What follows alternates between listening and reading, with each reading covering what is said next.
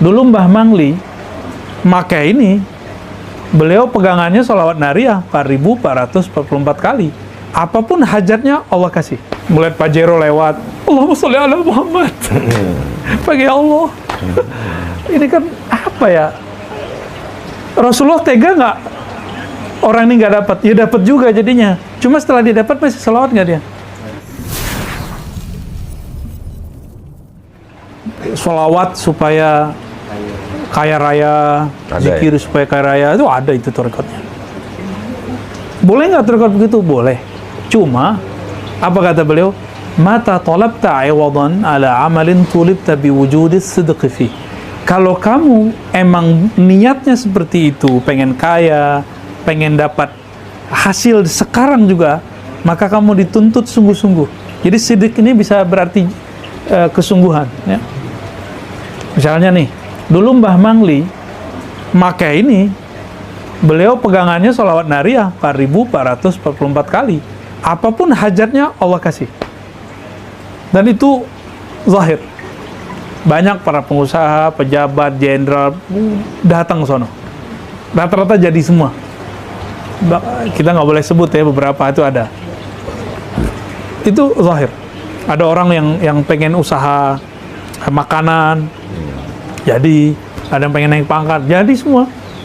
Ini dia cuma sungguh-sungguh 4.444 kali. Nah itu kesungguhannya. Coba. Pernah nggak Maulana Abati nyuruh antum zikir segitu? Sholawat 4.444. Nggak ada kan? Udah ditanggung sama beliau ya. Wa yakfil murid wujudadus salama. Murid itu sebenarnya cukup dia salamatus sadar aja. Jadi ketulusan ketika beramal. Nah itulah dipangkas dengan kalimat ilahi anta maksudi. Jadi ilahi anta maksudi itu supaya orang nggak terjebak. Sholawat supaya ini, zikir supaya ini, tahajud supaya sehat. Kan ada orang buat sholat bahagia. Emang kalau nggak bahagia nggak sholat lagi? Hah? Sehat dengan puasa. Kalau nggak sehat nggak mau puasa lagi. Berarti Tuhan kita puasa. Tuhan kita sehat. Sholawat supaya kaya. Kalau nggak kaya nggak sholawat. Jadi nanti orang begini nggak ditemui Nabi. Nabi nggak mau temui dia. Kira-kira gimana? Mau sholawat begitu? Jadi sholawat fulusia nggak usah lah dibaca. Malu sama Rasulullah. Itu sebabnya Habib Mahdi sholawat nukutnya nggak pakai lafaz begitu, lafaznya biasa aja. Allahumma sholli ala, gimana lafaznya? Allahumma sholli ala sayyidina Muhammad, gitu doang kan? Nggak ada sholatan tuksiru bil fulus wan nukut, nggak ada. Itu antum su'ul adab. Jadi mohon maaf, kita agak beda manhaj. Itu su'ul adab, bagi aneh nggak pantas. Ketika sahabat Nabi minta baju Nabi, marah semua sahabat.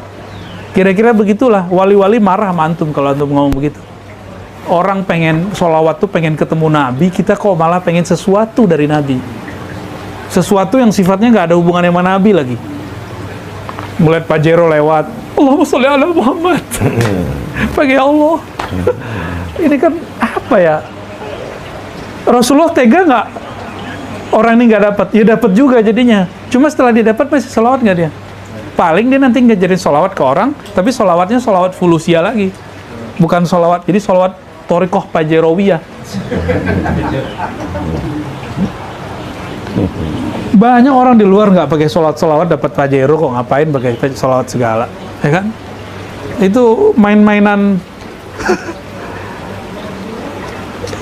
Jadi kita kalau teman-teman kalau sudah ngaji hikam, ya, jangan zikir itu untuk selain Allah lagi udah.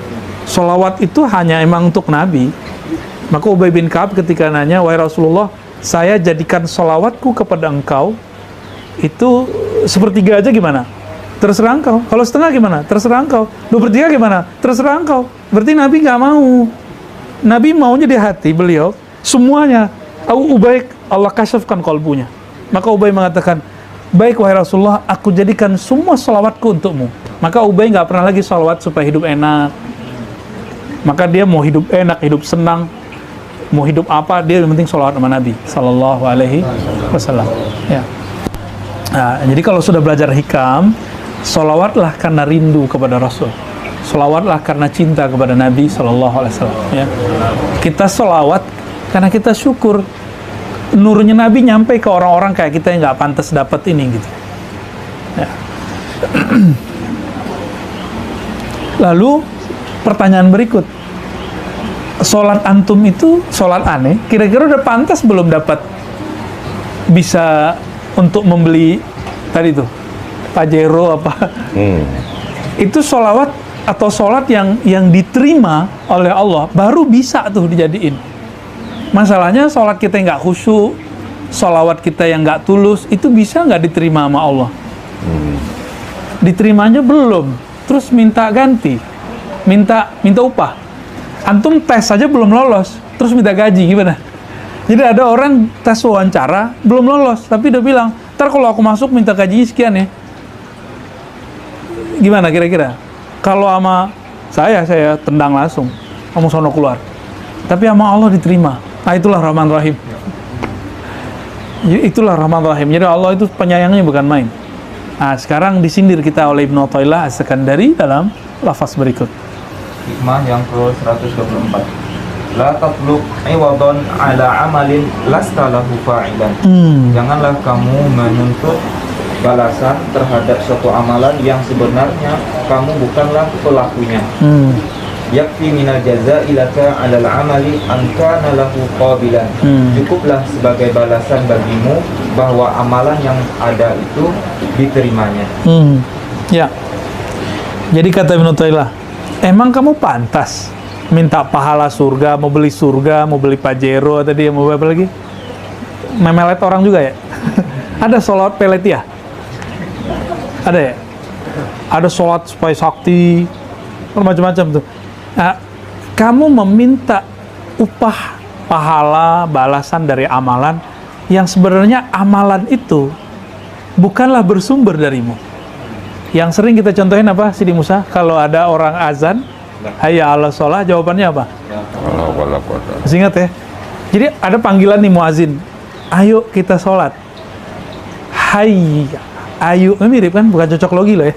Memang bahasa itu mirip-mirip kalau artinya sama. Ayo kita sholat. Lalu kita jawab, ya Allah, kalau bukan karena haul dan kuwah, bantuan, kekuatan dan bantuan dari Engkau, aku tidak mampu ruku dan sujud, nggak mampu takbir. Itu sebabnya, kenapa ada masjid dekat dengan rumah seseorang, itu orang belum tentu bisa tersentuh sholat. Walaupun di samping rumahnya ada azan bunyi, walaupun handphonenya bunyi azan, dia belum tentu bisa langsung sholat. Karena yang bisa gerakin dia sholat itu Allah. Oke, itu pertama. Yang kedua, tubuh ini dari siapa? Terus ada hadis, a'inni ala dzikrik. Ya Allah, bantu aku menyebut namamu. Ketika kita takbir Allahu Akbar, yang disebut nama siapa? Berarti saya nyebut Allahu Akbar, itu bantuan Allah bukan? Maka ciri-ciri seorang hamba dibantu Allah, lisannya mudah menyebut namanya. Sekarang Allah bantu saya. Allah bantu. Jadi gini nih, saya bantu modalin Buya Zauki untuk suatu proyek. Kita modalin nih. Kita modalin dia, terus dia minta upah. Pantas nggak? Saya minjemin dia, terus dia minta upah kepada orang yang minjemin dia. Suul adab nggak? Buruk adab nggak? Antum minjem mana? Minjem duit. Terus minta bagi hasil. Akadnya minjem.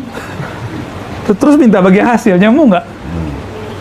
Kita ngomong la haula wala quwwata illa billah itu minta dipinjamkan. Ya Allah, pinjamkanlah kekuatan darimu sehingga aku mampu sholat.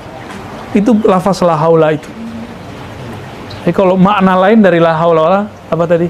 Ya Allah, pinjamkan aku kekuatanmu, bantuan darimu sehingga aku mampu melafazkan namamu, sujud dan ruku kepadamu.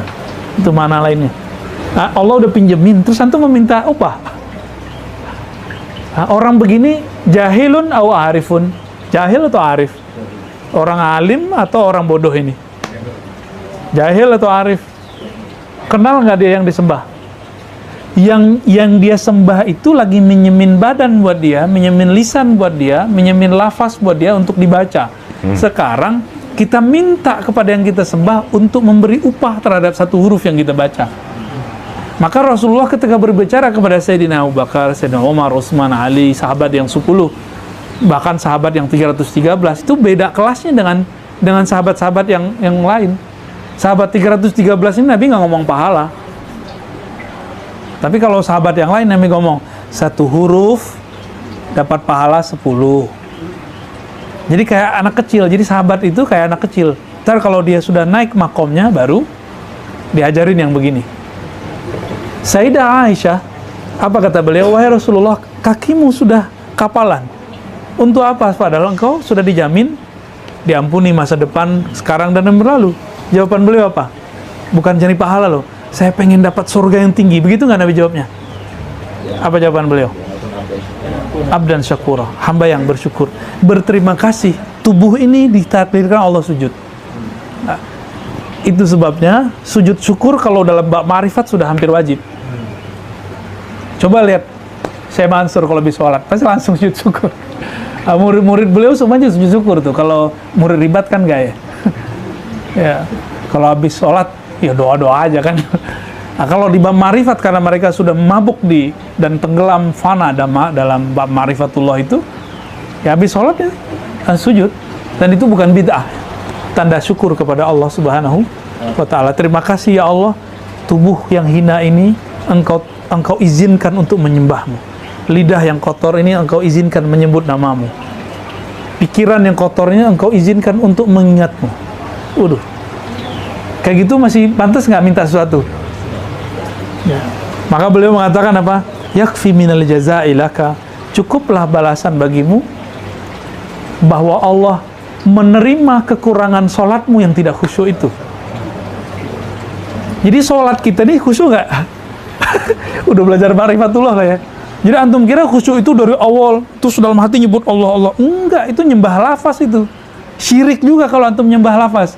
Jadi kalau antum sholat nih bayangin lafaz ini nih. Ini yang kebayang lagi sholat. Ini huruf nggak? Makhluk ini, syirik kalau antum bayangin itu. Yang disembah yang punya nama ini. Ustadz, saya melihat ada cahaya, lafaznya begitu. Lah itu cahaya nama yang nempel di kolbumu. Jadi kolbu kita ini ketika tembus nama Allah, itu bergeser kayak dua batu. Ces. Maka ada itu yang syawarikul anwar. Terbitlah cahaya. Cuma karena dia syawarik, syuruk itu setiap saat atau cuma di jam tertentu? Jam tertentu aja. Jadi kalau zikir, kenapa enaknya cuma kadang di depan, tengahnya udah enggak, akhirnya nggak jelas? Ya kadang-kadang begitu. Kemarin enak banget, kok sekarang biasa aja? Ya itu namanya syuruk. Kadang dia terbit, kadang enggak. Suka-suka Allah yang punya nama. Ya kan?